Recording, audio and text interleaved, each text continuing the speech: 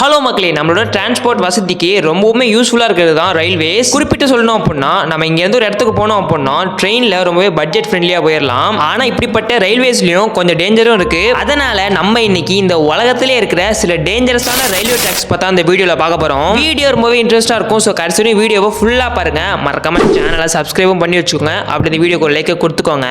இப்போ வாங்க வீடியோக்குள்ள போவோம். நம்ம ஃபர்ஸ்ட் பார்க்க போகிறது என்னன்னா கும்ப்ரஸ் டால்டெக்ஸ் சைனிக் ரயில் ரோடு. இந்த ட்ராக்கை வந்து மெக்சிகோல தான் 1880 கட்டியிருக்காங்க.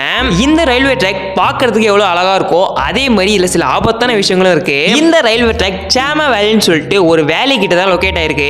இந்த வேலி வந்து கொஞ்சம் ட்ரை லேண்ட் தான். அதனால இங்க வைல்டு ஃபயர் ஆகிறதுக்கு அதிகமான சான்சஸ் இருக்கு. வைல்டு ஃபயர்னா என்னன்னு பாத்தீங்கன்னா இந்த லேண்ட் வந்து ரொம்பவே ட்ரையா இருக்கிறதுனால அங்க போற ட்ரெயின் வீல்ல சின்ன சின்ன ஸ்பார்க் ஏற்பட்டு ஒரு பெரிய ஃபயர் ஆகிறதுக்கு கூட வாய்ப்பு இருக்காம். இதனால 2022ல ஒரு ட்ரெயின் வந்து டிலேவே ஆயிருக்குன்னு சொல்றாங்க. நம்ம ரெண்டாவதா பார்க்க போற ரயில்வே ட்ராக் என்னன்னு பாத்தீங்கன்னா ஒயிட் பாஸ். இந்த ரயில்வே ட்ராக் வந்து யூஎஸ்ஏல தான் லொகேட் ஆயிருக்கு. இந்த ரயில்வே ட்ராக்கோட ஹைட் மட்டுமே கிட்டத்தட்ட 2865 ஃபீட் ஆம். பட் இங்க டேஞ்சர் அது கிடையாது. இந்த ரயில்வே ட்ராக் வந்து பாறைகளுக்கு பக்கத்துல லொகேட் ஆயிருக்கு. ஸோ அதனாலேயே அடிக்கடி இங்க ராக் ஸ்லைட்ஸ் வருமா. ஸோ அதனாலேயே இங்க எப்ப வேணா பாறைகள் விழலாம்.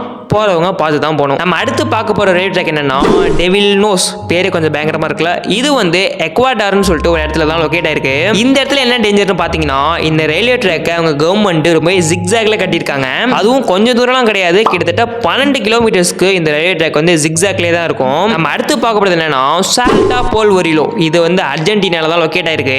இந்த ரயில்வே ட்ராக்ல ஒரு இன்ட்ரெஸ்டிங்கான விஷயம் இருக்கு. இதுவும் வந்து ஜிக்ஸாக் ரயில்வே ட்ராக் தான். ஆனா இதை கட்டுறதுக்கே கிட்டத்தட்ட 27 வருஷம் டைம் எடுத்திருக்காங்க. பட் இங்க அது டேஞ்சர் கிடையாது. இந்த ரயில்வே ட்ராக்ல மட்டுமே கிட்டத்தட்ட 21 டனல் இருக்காம். இந்த ட்ரெயின்ல ஜேர்னி பண்றவங்களுக்கு ஒரு தரமான எக்ஸ்பீரியன்ஸ் தாங்க. நம்ம அடுத்து பார்க்க போறது ஜப்பான்ல லொகேட் ஆயிருக்கிற ஆசோமியாமேன்னு சொல்லிட்டு இந்த ரயில்வே ட்ராக் தான். நம்ம இதுவரையும் பார்த்ததுலேயே என்ன கேட்டீங்கன்னா இதுதான் கொஞ்சம் டேஞ்சர்னு சொல்லுவேன். ஏன்னு பாத்தீங்கன்னா இந்த ரயில்வே ட்ராக் வால்கனிக் ரீஜன் பக்கத்துல லொகேட் ஆயிருக்கு. அது மட்டும் இல்லாம ஜப்பான்ல ஒன் ஆஃப் த மோஸ்ட் ஆக்டிவ்ல இருக்கிற வால்கனோவும் இந்த வால்கனோ தான். ஸோ இதனால அங்க எப்ப வேணாலும் வால்கனிக் எரப்ஷன் வரலாம்.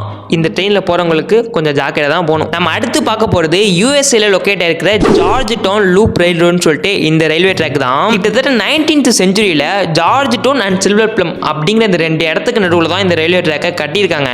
இந்த ரயில்வே ட்ராக்ல என்ன பிரச்சனைன்னு பாத்தீங்கன்னா இங்க போற ட்ரெயின் எல்லாமே பிரிட்ஜுக்கு மேல தான் போகும். அது மட்டும் இல்லாம இங்க ஹெவி விண்ட் அடிக்கிறதால ட்ரெயின் எப்ப வேணாலும் சாயலாமா. அது மட்டும் இல்லாம அந்த விண்டோட காரணமாவே இந்த ட்ரெயினை வந்து பேலன்ஸ் பண்றது வந்து ரொம்பவே கஷ்டமா இருக்குமா. அதனால இந்த ஜார்ஜ் டவுன் லூப் ரயில் ரோடுங்கிற இந்த ரயில்வே ட்ராக் ரொம்பவுமே டேஞ்சரஸான ரயில்வே ட்ராக். நம்ம கடைசியா பார்க்க போறது பாம்பன் பிரிட்ஜ். எஸ், நம்ம இந்தியால லொகேட் ஆயிருக்கு. இதோட ஃபர்ஸ்ட் டேஞ்சர் என்னன்னு பாத்தீங்கன்னா இது கடலுக்கு நடுவுல இருக்கு. அது மட்டும் இல்லாம இதுதான் இந்தியாவோட ஃபர்ஸ்ட் சீ பிரிட்ஜ். இங்க என்ன பிரச்சனை பாத்தீங்கன்னா இங்க அடிக்கடி சைக்ளோன்ஸ் வரும். அது மட்டும் இல்லாம விண்டுலாம் தாறுமாறா இருக்கும். ஏன்னா கடலுக்கு நடுவுல இருக்கு. இதனாலேயே இந்த பிரிட்ஜ் மேல ட்ரெயின்ஸ் வந்துட்டாலே 10 to 15 ஸ்பீட்ல தான் வந்து எல்லா ட்ரெயினும் மூவ் ஆகும். அது மட்டும் இல்லாம 1964ல சைக்ளோனால இங்க ஒரு பெரிய ட்ரெயின் அட்டாக் நடந்திருக்கு.